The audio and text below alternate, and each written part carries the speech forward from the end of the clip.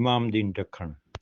मशहूर सूफ़ी रागी, लेखक ऐं शाइर सूफ़ी इमामदीन ॾखण 14 अगस्त 1931 ते ॾखण ज़िले शिकारपुर में ॼाओ। शुरूआती तालीम ॾखण मां हासिलु कयईं, वधीक तालीम लाड़काणे मां। कुझु अरसो हैदराबाद जे जामिया अरबिया मदरसे में पढ़ियो। पढ़ाई मुकमल करण खां पोइ पाण पाकिस्तान एयरफोर्स में नौकरी कयईं, जेका बाद में छॾे ॾिनई। हिन इनकम टैक्स खाते में बि नौकरी कई, इहा नौकरी बि छॾे ॾिनई। पोइ सॼी ज़िंदगी शाइरी ऐं राग विराग जे हवाले कयईं। सूफ़ी शाह इनायत शहीद जो ख़लीफ़ो थी रहियो। संदुसि केतिरा ई शागिर्द बि थिया, साणुसि गॾु ॻाईंदा बि हुया।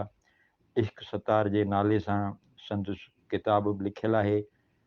सिंध जो ही मशहूरु रागी, लेखक ऐं शाइर 30 अक्टूबर 2015 ते वफ़ात करे वियो। वफ़ा रज़ा, इबरत न्यूज़, हैदराबाद।